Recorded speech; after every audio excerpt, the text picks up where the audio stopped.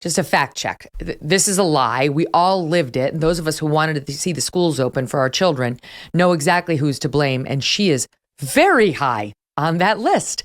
Here's just a couple of things. Okay, couple of fact checks for yahoo.com that did a piece on her, and a good example on how cross-examination of a source who's misleading you might work. September 2020, Weingarten said schools need guidelines like mandatory face coverings and strict social distancing rules to reopen safely.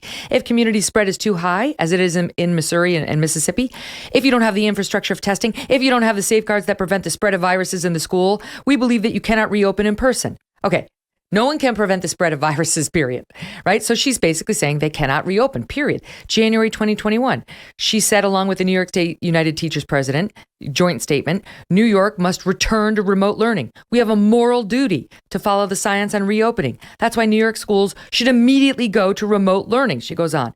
The positivity triggers for closing must be upheld. If they're exceeded, we must close buildings and then redouble our efforts to crush community spread so they can reopening.